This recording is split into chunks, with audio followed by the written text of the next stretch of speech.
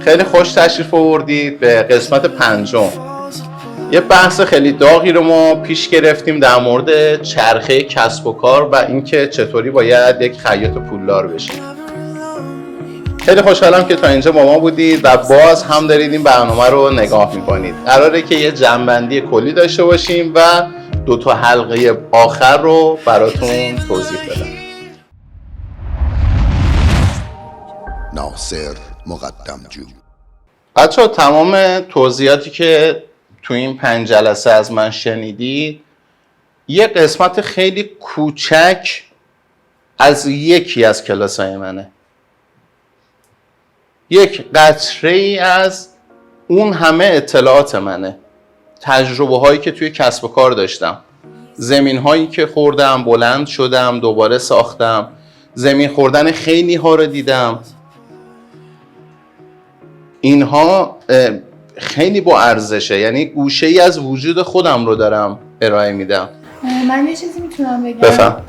دقیقا راجع به همین موضوع من با خیلی صحبت میکنم که یه جورایی همه دنبال اینن که کلاس ها مثلا شرایطش اقساطی بشه، راجع به هزینه ها صحبت میکنن، ولی چیزی که اصلا در نظر نمیگیرن و اینکه من خودم توی مجموعه اومدم واقعا بهش رسیدم، اینکه کمکی که از شما انتظار دارن فقط قرار نیست مادی باشه. همین آزمون و خطاها و تجربه‌ای که شما رایگان در اختیارشون میذارین، تمام ویدیوهای توی یوتیوب، آپارات توی اینستاگرام، اینا چیزایی که واقعا هزینه داره و دیگران من ندیدم این کارو بکنن، یعنی برای آموزشاشون حتما یه هزینه‌ای رو میگیرن و اینکه میگم واقعا خیلی دنباله، یعنی فقط بحث مادیشو نگاه میکنن، اصلا به اینکه یه مدت تمرکز کنن روی آموزش دیدن، حالا اگر قراره پولی پرداخت بکنن هر چقدر که هست، چون اطمینان خاطر دارن هنرجوهای شما و کسایی که میخوان بیان برای ثبت نام. آنتونی رابینز میدونی چی میگه؟ آنتونی رابینز میگه مواظب کلماتت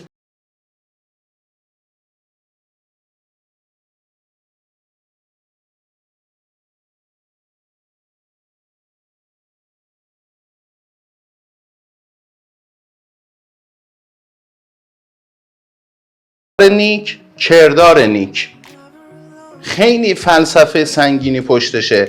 میگه شما به هر چی که فکر کنی به زبان میاری، هر چی که به زبان بیاری همونو رفتار میکنی. این مرحله دومه که آنتونی رابینز در موردش تو کتاب بسیار کامیابیش خیلی صحبت کرده. وقتی من به آموزش میگم هزینه، و معلومه اون دیدگاه به وجود میاد. وقتی میخوام برم آموزش ببینم همش دنبال اینم که پولش پولش پولش، دنبال محتواش نمیرم ببینم چه خبره.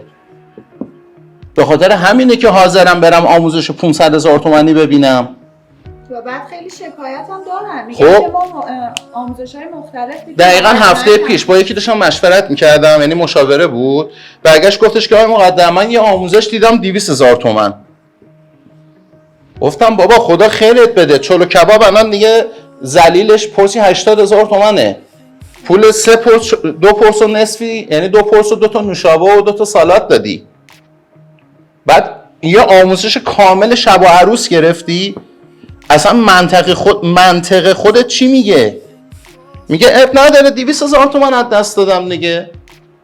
یه محاسبه، ببین این اصلا یه اصول مدیریت مالیه. حالا توی برنامه دیگه اگه بچه‌ها تقاضا بدن کامنت بذارن، حتما این بحث اصلا مدیریت کسب و کار رو باز میکنم کامل.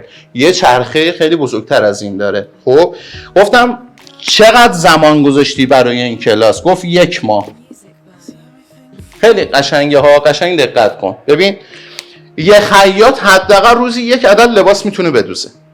درست شد؟ ما میگیم 1 عدد لباس مانتو ساده، اجرتش هم متوسط میگیریم 200,000 تومان.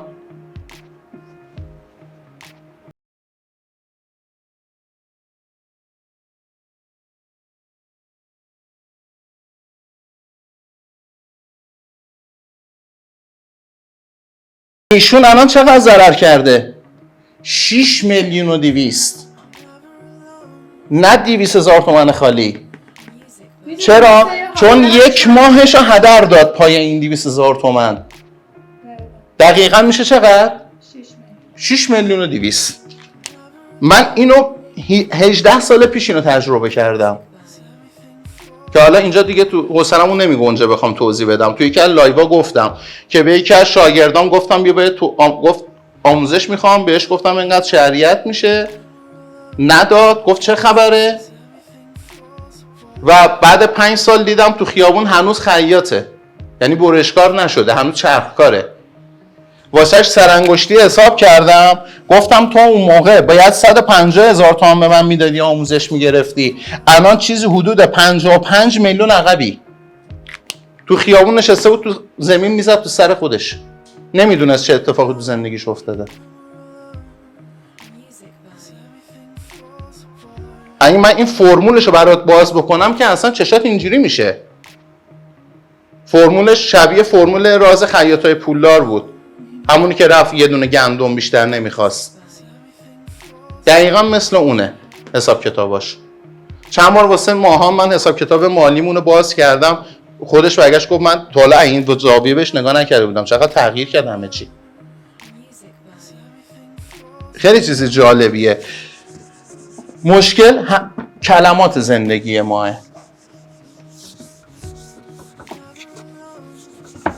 ما واقعا یه سری اصطلاحاتمون رو باید جابجا بکنیم. پس الان در مورد فنی و مشورت و تبلیغات و فروش و مذاکره و ظاهر مناسب، دیدن مشکلات، پذیرش و مشکلات، اینا همه سرتیتروار گفته شد، یعنی یه چیز کامل در موردش آنچنان من فرصت نشد باز بکنم. میریم تو تیم سازی. اگر فکر میکنی که تنها میتونی کار بکنی، در اشتباهی. هیچ مجموعه ای تو دنیا یک نفره به جایی نرسیده. شما باید از قدرت سینرژی استفاده بکنی، قدرت جمع، از قدرت فیزیکی و قدرت فکری که میشه خرد جمعی. باید این دوتا رو همزمان داشته باشی. دقیقا من دوتا رو اینجا دارم یا ندارم؟ میبینی چجوری دارم اینجا مدیریت میکنم، برنامه ریزی میکنم، چطوری بچه ها رو همه رو میندازم به تکاپو شما رو که هم فیزیکی هم فکری بتونم کارو جلو ببرم. من تا وقتی که ادعام بشه خودم ادیت بلدم، فیلم برداری بلدم، ادمینی بلدم، بلاگری بلدم، سایتو بلدم، همه رو بلدم، سخنوری دارم، مدیریت دارم، اون نمیشه که من چند نفرم. درسته اینا رو بلدم، ولی این کجا که یه نفر تخصصی بشینه رو اون حوزه، من یه ذره از این، یه ذره از اون، یه ذره از اون، یه ذره از اون انجام بدم. خیلی فرقشه. تیم سازی نکنی رشد نمی کنی.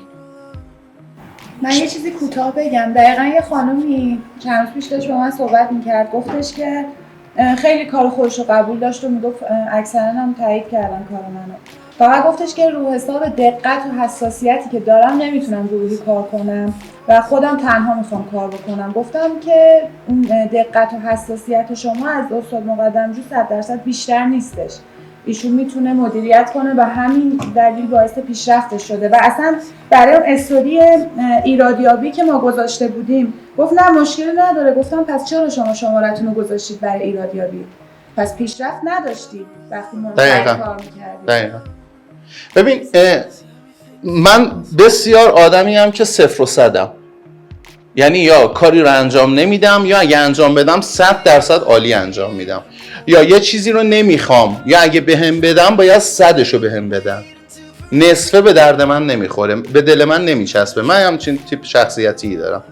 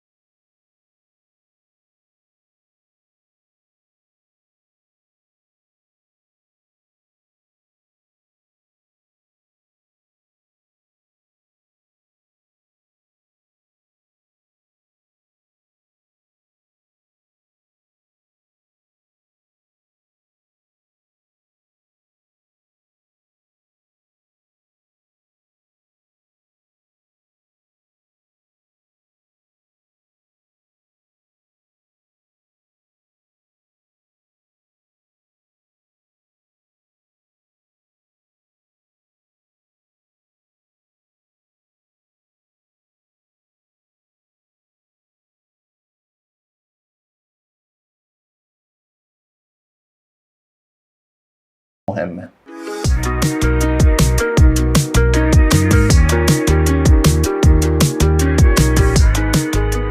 پس تا اینجا رو متوجه شدین؟ بله.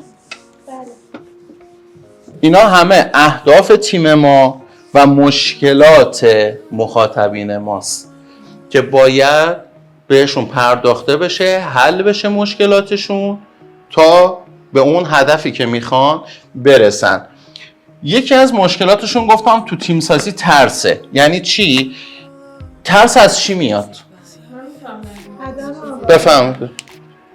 اما یه نفر صحبت کردم. بلند بگو و مشکل صدات. الان گفتید ترس، من یاد یه چیزی افتادم. ما یه نفر صحبت کردم در مورد همین تیم سازی. میگفتش که خب من واقعا ترس اینو دارم که بیارم پیش خودم مثلا تیم سازی کنم، آموزش بهشون بدم، بعد برم بشن رقیب خودم. چیکار بکنم که همچین اتفاقی نیفته براشون؟ دقیقاً. ترس از چی میاد؟ عدم آگاهی. تمام. ما از چیزی که میترسیم به خاطر اینکه اطلاعی از ماهیتش یا وجودیتش نداریم. هممون هم مار میترسیم، ولی یه سری ها هستن میرن مار میگیرن با دست. چرا؟ چون وجود اون رو میشناسن، بلدن این کار رو بکنن. مثالش رو زدم تو قسمت قبل، گفتم از توی اتاق تاریک وقتی شما اولین بار وارد یه اتاق ناآشنایی میشه که تا حالا واردش نشدی میترسی. حداقل ترست اینه که نکنه شیشه خورده ریخته باشه زمین، پای من بره روش پامو ببره، نکنه دارم میرم جلو بخورم به دیوار، نکنه پله باشه بخورم زمین، نکنه مثلا یه حیوانی باشه ها، نکنه یه نفر پشت سر دست بذاره روشون، والا نکنه یکی یقمونو بچسبه. ولی کافیه دکمه رو بزنی کلید چراغ روشن شه، تمام اون وهم و خیالاتت از بین میره. ترس از عدم آگاهی میاد و ما داریم تو کلاس ها اینا رو آموزش میدیم که دیگه ترس نداشته باشن، چون آگاهیه رو داریم بهشون میدیم. یه حرف جالبی زد، گفتش که هنرجو گفته من میترسم یکی رو بیارم بهش یاد بدم بذاره بره رقیب من بشه. درسته؟ اصلا بیا با ریاضیات بریم جلو. 10 تا پله است. تو پله هم غلط املایی دارم من. خب این شکلیه پله. پله. من اینجام. این منم. این شاگرد منه. من اینو میارم بهش آموزش میدم، یعنی میارمش یه پله بالاتر. درست شد؟ دوباره آموزش میدم یه پله میارم بالاتر، دوباره میارم یه پله میارم بالاتر.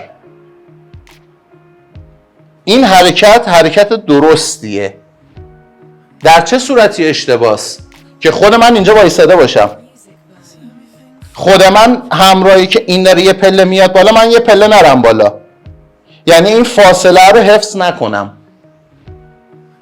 چطوری میخواد رقیب من بشه اگه من همچنان در حال رشد باشم؟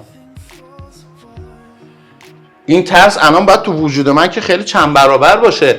اومدم به حدود 4000 نفر هنرجو الگوی خودم رو آموزش دادم، یعنی فوت کوزه‌گریمو گفتم. چون به قول خودتون تو قسمت قبلم گفتین چیزی نیست که بگین یه نقطه پایانی داره تموم شده رفت. من که الان باید بیشتر ترس داشته باشم، باید بگم کل ایران الان باید بلند شم متد من آموزش بدم، پس من دیگه نونم آجر میشه که. ولی خیلی اینو به من گفتن گفتن آقای مقدم شما تو ایران داری آموزش میدی یا اروپا نیستا؟ 3 سود کپی رایت میکنن منتشر میکنن به اسم خودشون. عین خیالشون هم ممکنه نباشه که تو زحمت کشیدی به این متد رسیدی، به این روش، به این دانش، به این تجربه رسیدی. گفتم هر کی دلش میخواد این کارو بکنه، هیچ مشکلی ندارم من. ولی این شخص، این شاگرد بیاد تو پله سوم زیر پای من خالی کنه، من حذفش میکنم، این تو مرحله سوم میمونه در صورتی که من دارم میرم بالا. این به نفع خودشه که به من خیانت نکنه، چون اگه به من وصل بمونه بیاد جای من تو پله 10م، این هنوز تو 5مه، بیاد تو 10م من تو پله 15م 20مم. یعنی متصل به من هی میاد بالا، ولی اینجا اگه رابطه خودش رو با من قطع کنه همینجا میمونه. و این اتفاق افتاده ها، واسه 3 نفر افتاد که هر 3 تاشون جزو هنرجوهای منن، دیگه ارتباط با من ندارن، اجازه شرکت تو کلاسه منم ندارن. و دانشی که اینا الان دارن دانش 5 سال پیش من بوده. بابا من 6 ماه پیش خودم رو قبول ندارم. من 6 ماه پیش خودم 10 تا ایراد فنی فقط تو مرحله اول در میارم، چه برسه به بقیهش، چه برسه به 5 سال پیشم.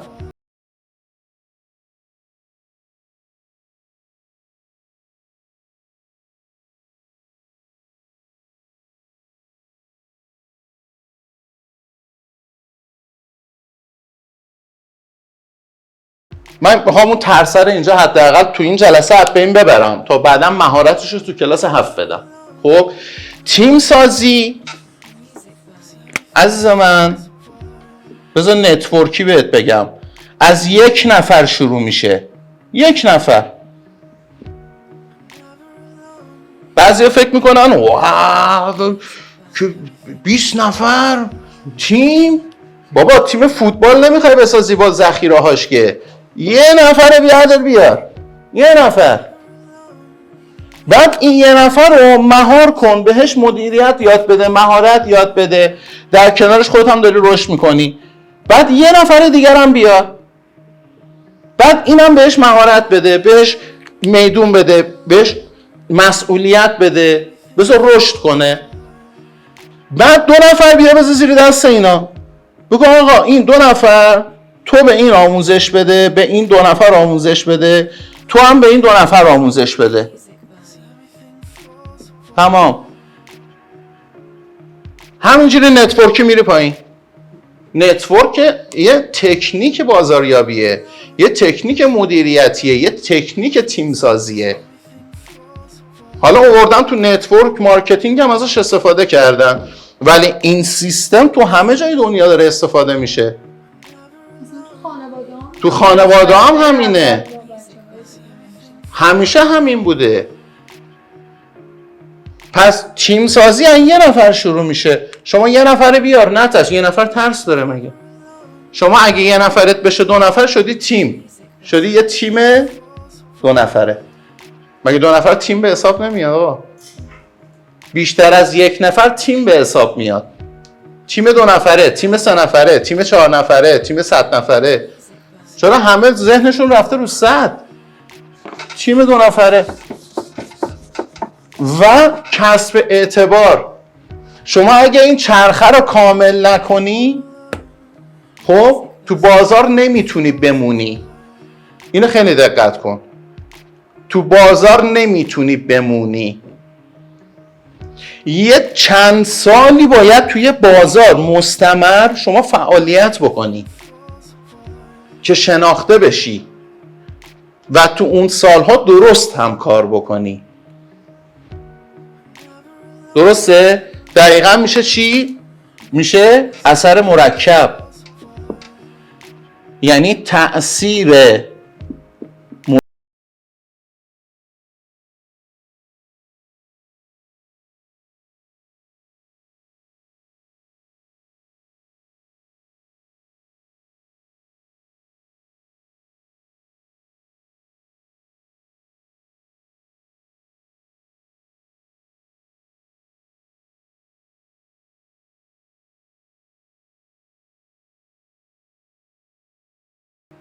میبینی 5 سال اونجا داره چیکه میکنه تو طبیعت، میبینی کاسه درست کرده، همون قطره ها که هیچ سختی توش نیست، کاملا مایه است، یه مایه نرم، ولی وقتی تداوم داره میشه اثر مرکب.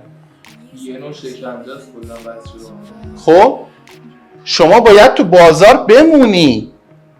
وقتی یه هفته کار میکنی 2 روز میری مسافرت، یه ماه کار میکنی یه تعطیلی و بین اون تعطیلی هم میندازی وسطش، یه دفعه 5 روز در مغازت بسته است، یهو مثلا 3 ماه، این خیلی رایجه ها، اینی که میگم خیلی رایجه، 3 ماه شبانه روز کار میکنم حسین جان، خیلی اینو من شنیدم، یه دفعه میبینی 6 ماه نیست. هنرجوی عزیز چی کار میکنی؟ دوماد خالم فوت کرده، حالم خوب نیست، 6 ماه دستم به کار نمیره. بابا خب باشه، کارتو چرا ول میکنی؟ آقا زندگی که از جریان نیافتاده، کارتو بکن. من یه موقع بحث ضد فمینیستی و فمینیستی نشه، ولی واقعا خب این فرق بین خیلی از آقایون و خیلی از خانم هست. خب آقایون هر چی بشه کارشونو میکنن، هر مشکلی باشه، هر ناراحتی باشه کارشونو میکنن، ولی خانم‌ها یه خورده تو این موضوع میکشن عقب. در صورتی که من میخوام اینجا یه چیزی بگم، من زنده شما زنده وایسه نگاه کن. صنعت ایران کلا تا چند سال پیش، در 12 سال پیش، درصد بالای 80% دست آقایون بود دیگه. چه تو آشپزی، چه تو خیلی چیزایی که حتی شغلای زنونه بود مثل خیاطی، آقایون حرف اول میزدن. ولی وایس نگاه کن ببین 5 الی 10 سال دیگه ببین کلا بازار دست خانوما میفته یا نه. میخواستم این جوازت کنم ولی خب چرا داره این اتفاق میفته؟ ببین آدم باید پذیرش داشته باشه. همین نکته خیلی قشنگ بود الان گفتی. پذیرش مشکلات. تعصب سمه. نکنید این کارو با خودتون. تعصب سمه. درست شد؟ واقعا درسته. من با یه نفر صحبت میکردم، خانم برگشت گفتش که آقای مقدمی شما مردین تونستین کسب اعتبار بکنیم، ماها که زنی اونقدر به همون اعتبار نمیدن. یعنی من که داشتم جوابشون رو میدادم خیلی بهم برخورد. گفتم خانم تا وقتی شما این حرف رو خودتون بزنید دیگه واقعا پیشرفت نمیکنید. خیلی واقعا میگه خداوند دانشی به من بده که بپذیرم هر آنچه را که نمیتوانم تغییر دهم. خب به من ببخشید، توانایی به من بده که بپذیرم هر آنچه را که نمیتوانم تغییر دهم و دانشی که تغییر دهم هر آنچه را که میتوانم. این دعا برای بزرگترین NGO دنیاست، NA، که با همین دعا جمعشون سالهای سال حلقهشون همچنان پیوسته است. میگه آقا به من توانایی بده که بپذیرم هر چی که هستم، باش نجنگم، و دانشی که تغییر دهم هر آنچه را که میتوانم تغییر دهم. خیلی بحث این مفصله. حالا این قسمت خب این پذیرشه بود و باید توانایی پذیرش رو داشته باشی. آقا این یک واقعیته. خانوما تا مشکل پیش میاد میکشن عقب یا میرن تو حاشیه، ولی آقایون اون کارا رو انجام میدن، کسب و کارشون رو نگه میدارن، با لباس مشکی بلند میشن میرن سر کار، با عصا میزنن زیر بغلشون، با پای شکسته میرن کارشون رو میکنن. خب الان دوباره بعضیا میگن آقا شما آقای ما خانومیم. این پذیرش است. این از این. ولی یه چیزی برعکس بگم، آقایون آموزش پذیر نیستن. آقایون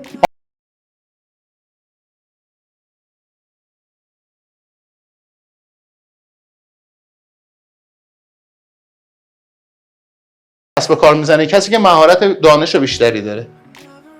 خانوم ها تا 5-6 سال دیگه 10 سال دیگه ببین تمام بازارها رو دست میگیرن یا نه، به شرطی که این ضعف رو تو خودشون رفع کنن، به شرطی که چی میگن تقی به توقی میخوره کارو تعطیل نکنن بلنشن برن، اثر مرکب رو رعایت بکنن، تأثیر مدام مستمر. شما تیم سازی میکنی و با تیمت میشی تیم 2 نفره، میری جلو و کارتو بیشتر حفظ میکنی. قطعا اگه من 1 نفر باشم میگم حالا صبح یه ساعت دیرتر میرم، اب نداره، ولی اگه یه شاگرد داشته باشم همون شاگرده باعث میشه من صبح زود بیدار شم و 1000 اتفاق دیگه هم برات میفته که همش مثبته و باعث میشه شما مدام کار بکنی که کسب اعتباره به وجود بیاد. و ما یک اشتباه دیگه هنرجوهای ما یا عزیزانی که میخوان بیان آموزش ببینن چیه؟ زوم کردن روی بحث مالی، ریالی و این رو سرمایه میبینن، در صورتی که اینو تمام اونایی که خود ساختن یا کسب و کار دارن یا موفقن اینو میدونن، همه بازاری ها میدونن که آقا بزرگترین سرمایه یک کاسب چیه؟ اعتبار، تجربه، تیم کاریش، پرسنلش، یعنی نیروی انسانی که داره باهاش کار میکنه. بعد ابزارها، تجهیزات، بعد پول توی جیبشه. مثال من 3 سال پیش میخواستم سوپرمارکت بزنم، چون من 3 تا شغل دارم دیگه، حالا نمیدونم شما در جریان. حالا من دقیقاً 4 سال پیش من 5 تا شغل داشتم، یعنی 5 تا بیزنس داشتم که ناپیوسته داشتم کار میکردم، یعنی خودم حضور فیزیکی 100% نداشتم، یه جور مشارکت کاری بود. یکیش رستوران بود، یکیش باشگاه بدنسازی بود و یه شعبه سوپرمارکت میخواستم بزنم. به دوستم گفتم با چقدر شروع کنیم؟ گفت 600 تومن. گفتم خب من 300 تومن میارم. ببخشید گفت 400 تومن. گفتم خب من 200 تومن میارم. 200 تومن یعنی 50 شروع بکنیم. گفت باشه. گفتم آقا این 200 تومن من تو حساب فردا واریز میکنم. یه حساب مشترک باز کنیم. حساب مشترک بزنیم، 200 تومن رو بریزیم تو اون بشه حساب مادر، از اون شروع کنیم خرج کنیم. گفت باشه تو 200 تومن تو بزن. گفتم خب بعد تو چی؟ گفت تو چیکار به من داری؟ گفتم مگه شریک نیستیم؟ گفت آقا جان من 200 میلیون ندارم نقد. گفتم بعد چرا حرف شراکت داری میزنی؟ گفت گفت تو چی کار داری آقا جان؟ من با یه تلفن 200 میلیون جنس میریزم تو مغازه.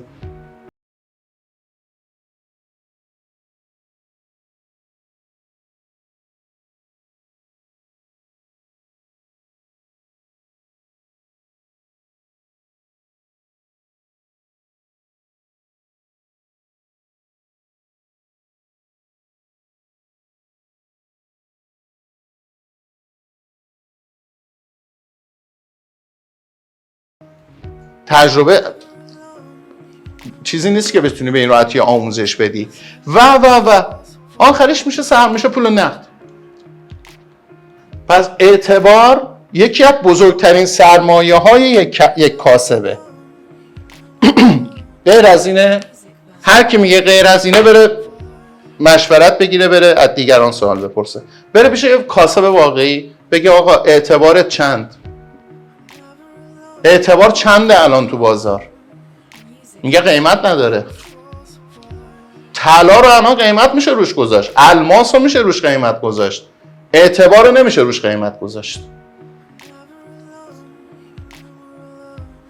و این چرخه باید در زمان مناسب اتفاق بیفته، چون شما با 1 متر طلا نمیتونی 1 متر وقت رو بخری.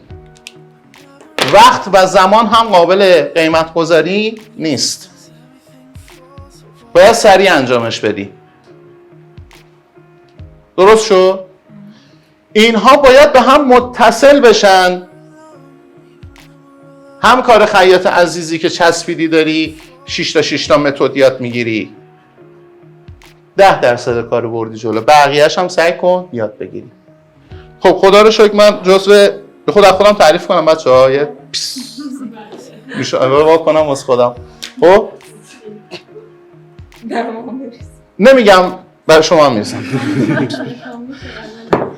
من نمیگم من تنها، مثل من زیادن تو ایران ولی ازشون استفاده درست نمیشه. آدمایی مثل من، ما جزو خبرگان بی‌مدرک، یعنی کوهی از تجربه ولی مدرک تحصیلی نداریم اینو ثابت کنیم. ولی وقتی یه ساعت پای حرف ماها میشینی میگی واو این تا کجاها رفته. پیره کار شدن به سن و سال نیستش که. ما الان آهنگر 80 ساله داریم هیچی نمیدونه، آهنگر 25 ساله داریم خدا وکیلی خیلی حالیشه. برعکسش هم هستا. اصلا به سن و سال نیست، به چگونه زندگی کردنه. من 41 سالمه ولی به جرئت میتونم بگم اندازه آدمی که حداقل 60 سال کسب و کار کرده میتونم اطلاعات بهت بدم. هیچ کدوم اینا هم کتابی نیست. میبینی که همه دلی داره گفته میشه. همه اینا رو من تجربه کردم. اینا خاطرات زندگی منه.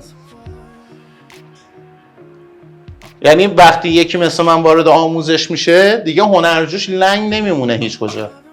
هر جا گیر کنه میدونه یه نفر هست که داره پشتیبانیش میکنه.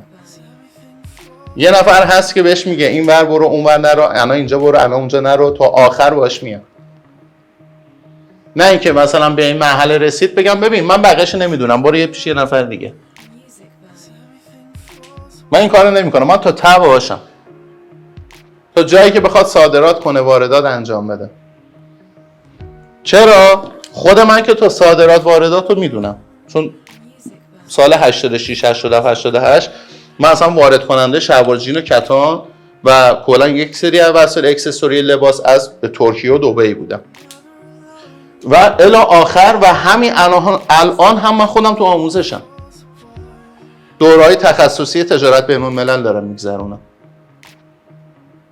چون میخوام به علم روز آگاه بشم، بفهمم چه خبره، چه اتفاقی داره میافته. من خودم اون پله رو بعد جوری رفتم بالا، همچنان هم دارم میدوام. پس بیایم مشکلات همکارای خودمون، کسایی که خیاطن رو بشناسیم، مرحله به مرحله این دایره ها رو براشون کامل کنیم و بیاریمشون جلو. آقای مقدم، اگر یه نفر بخواد کسب و کار شروع کنه، خب حالا توی هر زمینه‌ای چجوری باید شروعش کنه؟ از کجا باید اون شروع رو از کجا باید شروع کنه؟ اگه منظورت اینه که از صفر میخواد شروع کنه، صفرش ببین آخه چجوری بهت بگم، صفر تو کار ما میشه پادویی. بعد بره یه جا خب اول چای بریزه، جارو بزنه، چرخیاتی تمیز کنه. چرا؟ چون شاگرد بودن رو یاد بگیره. این نکته خیلی جالبی رو دارم بهت میگم. کسی که میخواد اوستا بشه یعنی صفره، الان هدفش اینه که بره اوستا بشه دیگه، بشه اوستا مکانیک، بشه اوستا خیاط، بشه اصلا یه دکتر خوب. اون هم شاگردی داره. اول باید شاگردی کردن رو یاد بگیره. دقیقا این سوال رو مادرهای زیادی به من زنگ زدن که آقا ما دخترمون و پسرمون رو میخوایم خیاط بشه، خب خودمون میخوایم بهش یاد بدیم. گفتم نکن این کارو، خودت یاد نده. چرا؟ چون تو مهر مادری داری، مهر مادریت نمیذاره سختگیری کنی. پس اون بچه شاگردی کردن رو یاد نمیگیره، میاد اوستا میشه ولی نمیتونه شاگرد تربیت کنه، تنها میمونه تو کار خودش. پس اگه از صفر میخواد شروع کنه اینه که اول باید شاگردی کنه. شاگردی یعنی آموزش دیدن. حالا یا میره تو بازار آموزش میبینه، شاگردی سنتی میکنه، یا میاد مثلا سر کلاس یه اوستا آهنگر، یه اوستا خیاط، یه اوستا آرایشگر، یه اوستا نمیدونم آشپز، وای میسه اونجا ازش یاد میگیره. ببین الان چرخه کسب و کار گفتیم، درسته؟ مثلا مرحله اولش فنیه یا مشورت؟ یعنی اول باید بریم مشورت. اینا با هم متصلن. دقیقا من اینا رو به ترتیب نوشتم. فنی مشورت، فنی مشورت، فنی مشورت، مشورت تبلیغ. میخوای تبلیغ کنی دوباره مشورت، تبلیغ میکنی بعد بفروشی، تبلیغ کنی بفروشی. یعنی اینا دوتا هی با هم پاسکاری میکنن. خب تو فروش هی بعد مذاکره کنی بفروشی دوباره بری تو مذاکره، میای اینور ظاهر مناسب بعد بپوشی بری مذاکره کنی. خب اینا به هم متصلن. خب هی داری به هم هی داری مشکلات رو پیدا میکنی، پذیرش میکنی، میبینی، پذیرش میکنی، میبینی،